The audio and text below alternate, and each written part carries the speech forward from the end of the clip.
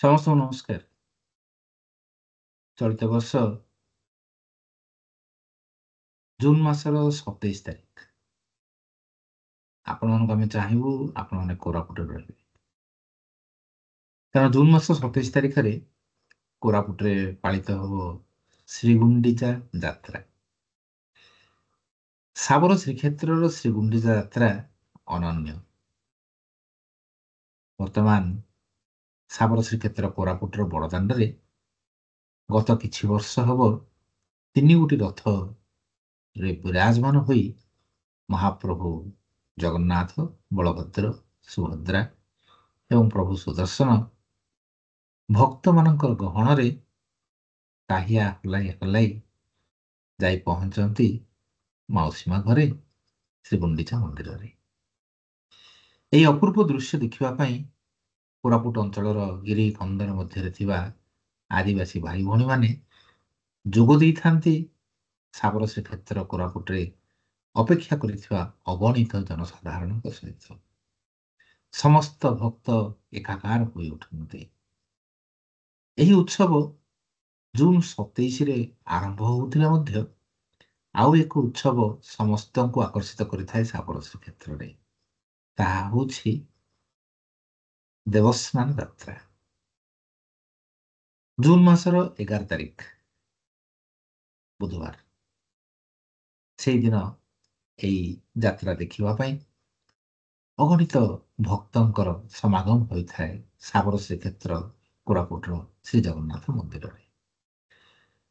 ତେଣୁ ଭୁଲନ୍ତୁ ନାହିଁ ବନ୍ଧୁଗଣ, ଆସନ୍ତୁ 27 ତାରିଖ ଦିନ ଶାବର ଶ୍ରୀକ୍ଷେତ୍ର କୋରାପୁଟରେ ଶ୍ରୀ ଜଗନ୍ନାଥ ମନ୍ଦିରରୁ ଦେଖିବେ କିପରି ଭାବରେ ପହଣ୍ଡି କରି ପାହାଡ଼ ଉପରୁ ବଡ଼ଦାଣ୍ଡ ପର୍ଯ୍ୟନ୍ତ ତିନି ଠାକୁରଙ୍କୁ ପହଣ୍ଡି କରି ନେଉଛନ୍ତି ଭକ୍ତମାନେ।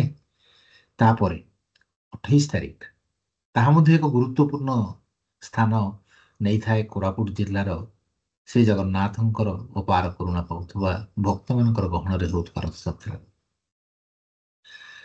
ଦ୍ୱିତୀୟ ଦିନ ଯାତ୍ରାର ଦ୍ୱିତୀୟ ଦିନରେ ଜୟପୁରର ପ୍ରସିଦ୍ଧ ରଥଯାତ୍ରା ଅନୁଷ୍ଠିତ ହୋଇଥାଏ ଏବଂ ତା ସହିତ କୋରାପୁଟ ଜିଲ୍ଲାର କୋଟିଆରେ ମଧ୍ୟ ରଥଯାତ୍ରା ଅନୁଷ୍ଠିତ ହୋଇଥାଏ 28 ତାରିଖ ଦିନ।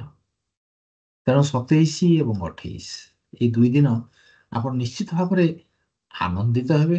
ତେଣୁ ଆପଣଙ୍କୁ ଆମେ ଅନୁରୋଧ କରୁଛୁ, ଆଜିଠାରୁ ଅନୁରୋଧ କରୁଛୁ, ସେଇଥିପାଇଁ ତ ଏତେ ଦିନ ଆଗରୁ ଆପଣଙ୍କୁ ଆମେ ନିମନ୍ତ୍ରଣ କରୁଛୁ, ଯାହାଫଳରେ ଆପଣ ଏଥର ଶାବର ଶ୍ରୀକ୍ଷେତ୍ର କୋରାପୁଟର ଶ୍ରୀଗୁଣ୍ଡିଚା ଯାତ୍ରା ଦେଖିବା ପାଇଁ ଆଜିଠାରୁ ନିଜ କ୍ୟାଲେଣ୍ଡରରେ ଡେଟ୍ଟାକୁ ବ୍ଲକ୍ କରିଦେବେ। ଆସୁଛନ୍ତି ନା? ତାହେଲେ ଆପଣ ଆପଣଙ୍କ ପରିବାର ବନ୍ଧୁବର୍ଗ ଆସନ୍ତୁ, ସାମିଲ ହୁଅନ୍ତୁ ଏକ ବିଶାଳ ଜନସମାବେଶ ମଧ୍ୟରେ ଅନୁଷ୍ଠିତ ହେଉଥିବା ଶାବର ଶ୍ରୀକ୍ଷେତ୍ରର ପବିତ୍ର ଶ୍ରୀଗୁଣ୍ଡିଚା ଯାତ୍ରା। ଆପଣଙ୍କୁ ଅପେକ୍ଷା କରୁଛୁ। ରେଡ଼ିଓ କୋରାପୁଟ ମାଧ୍ୟମରେ ନିଶ୍ଚିତ ଭାବରେ ଆପଣଙ୍କୁ ଆହୁରି ଅନେକ ଥର ଅନେକ କଥା କହିବାର ସୁଯୋଗ ପାଇବୁ। ଏହି ମଧ୍ୟରେ ଜଗନ୍ନାଥଙ୍କ ବିଷୟରେ, ଶାବର ଶ୍ରୀକ୍ଷେତ୍ର କୋରାପୁଟର ଶ୍ରୀ ଜଗନ୍ନାଥ ମନ୍ଦିର ବିଷୟରେ, ରଥଯାତ୍ରା ବିଷୟରେ ଏଭଳି ଅନେକ କଥା ବର୍ତ୍ତମାନ ଆପଣମାନଙ୍କୁ ଗୋଟାଏ ପରେ ଗୋଟାଏ କହିବାର ଆରମ୍ଭ କରିବୁ। ତେବେ ଶୁଣୁଥାନ୍ତୁ ଏବଂ ନିଶ୍ଚିତ ଭାବରେ ବ୍ଲକ୍ କରିଦିଅନ୍ତୁ ଜୁନ୍ ମାସ 27 ତାରିଖ ଏବଂ 28 ତାରିଖ।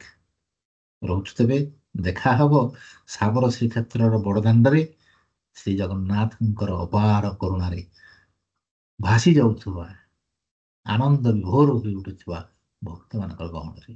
ସେତିକି ପର୍ଯ୍ୟନ୍ତ ବିଦାୟ ନେଉଛୁ। ନମସ୍କାର।